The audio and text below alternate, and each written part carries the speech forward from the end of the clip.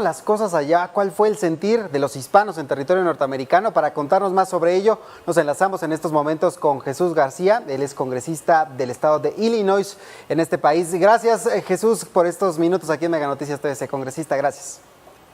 Muy buenas tardes, un placer acompañarnos. Bueno, han sido distintas las reacciones. De entrada me gustaría preguntarle cómo evalúa este encuentro, sobre todo los discursos, decíamos ayer, armoniosos. Sí, parece que se quiso expresar mucho amor, una amistad muy profunda, muy extraña, seguramente, porque este presidente Trump tiene la distinción de ser quien más ha atacado, quien más ha lesionado,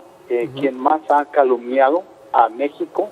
a las personas de origen mexicano que vivimos en Estados Unidos. Su caracterización desde el día que se convierte en candidato y durante los últimos 3 años y medio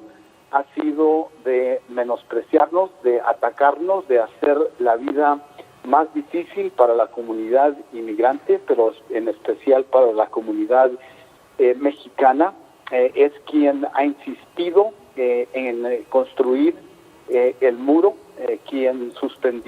está desmantelando el sistema de asilo político, quien ha atacado para prevenir que los migrantes no tengan acceso a servicios, es con quien luchamos para evitar que apareciera la pregunta de la ciudadanía en el censo, en la Suprema Corte este año, y también es quien vencimos en la Corte cuando él buscó suspender el programa DACA para los jóvenes que buscan una vía a la legalización y a la ciudadanía.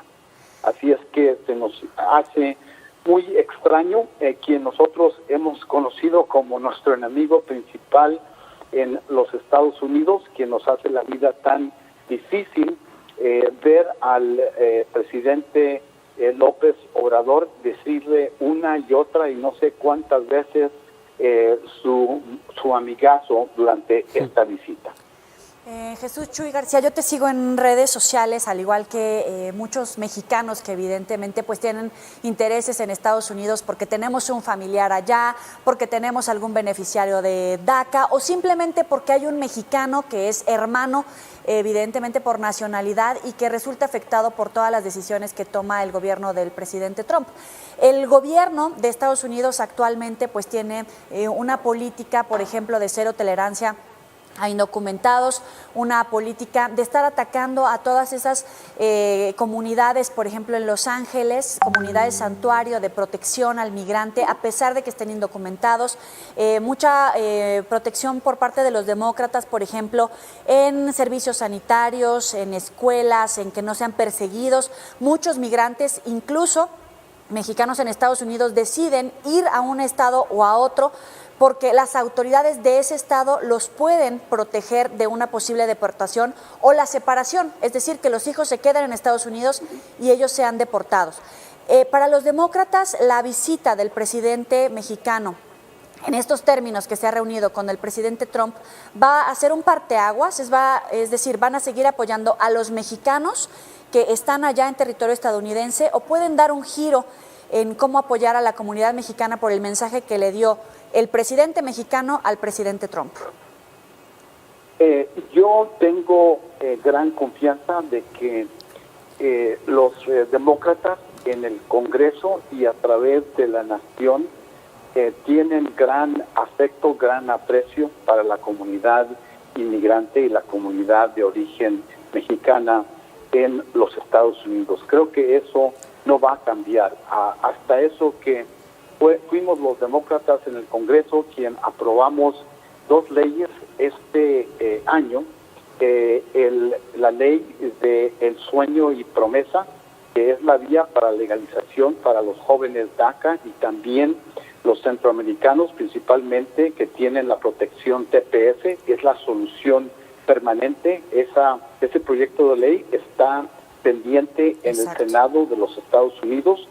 ¿Por qué no se trató esa cuestión en esta charla? También aprobamos otra ley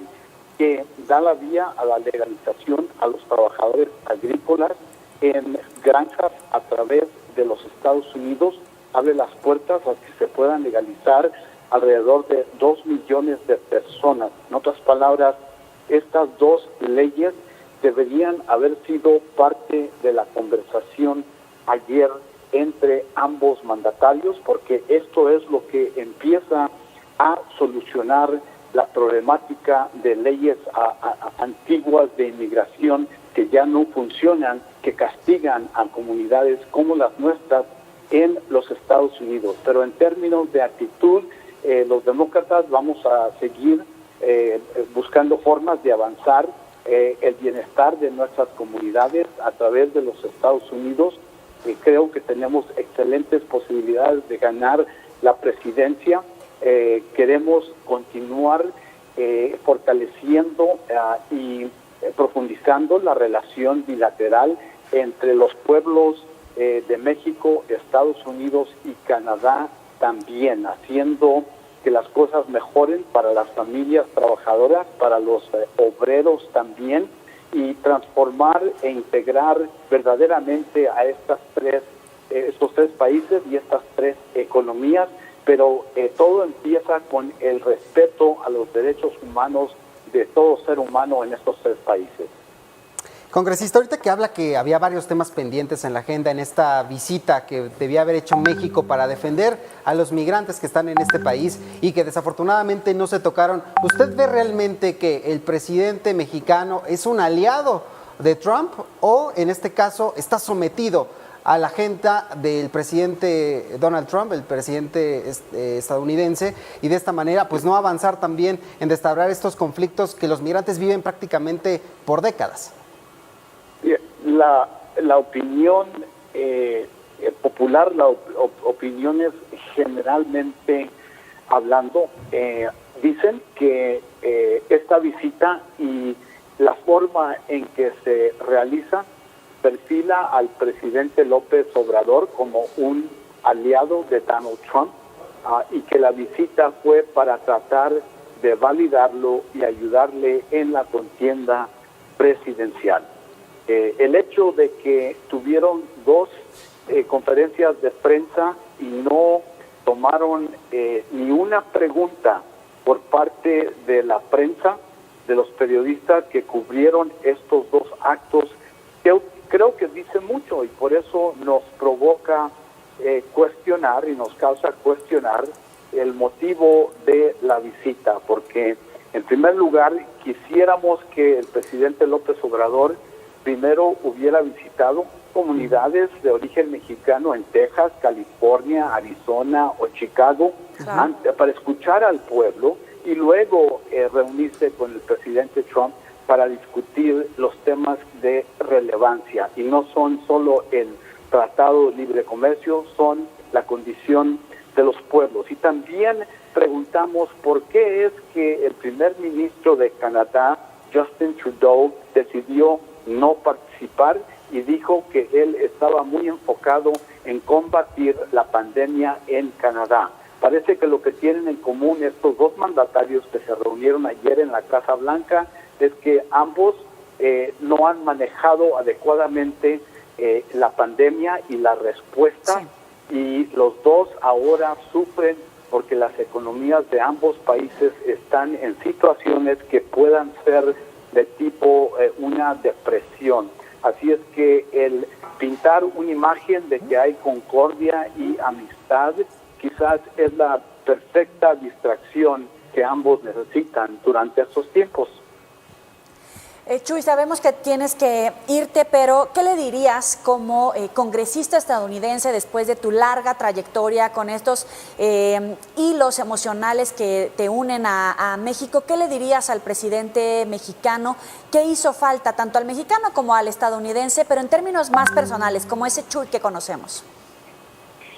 Me gustaría que regresara el presidente López Obrador y que se reuniera con las comunidades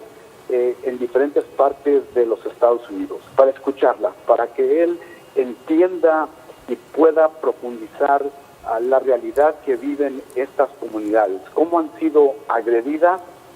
cómo viven el temor a diario y las consecuencias de una administración y de un presidente que los ha cazado casi a diario a través de leyes, a través de órdenes ejecutivas que no tienen precedente en la historia moderna de los Estados Unidos. Quisiera también que él hiciera declaraciones reconociendo estas realidades y sugiriendo políticas públicas, leyes que se pueden considerar o aprobar por el Congreso de Estados Unidos y firmadas, convertidas en ley también por el presidente de Estados Unidos. Y también me gustaría, y finalmente, me gustaría que el presidente López Obrador reconociera no solo el trabajo y el valor de la gente de origen mexicano y de los migrantes que viven en Estados Unidos, pero también las remesas que mandan a México año tras año, que se convierten en una de las fuentes más importantes de ingresos para la economía y la sociedad mexicana, porque eso es lo que produce la labor del pueblo mexicano en Estados Unidos. Le agradecemos estos apuntes, Jesús Chuy García, congresista por el estado de Illinois, allá en Estados Unidos, y por supuesto la invitación para que platiquemos en otro momento aquí en Mega Noticias TVC. Mis mejores deseos, gusto saludarlos. Bueno.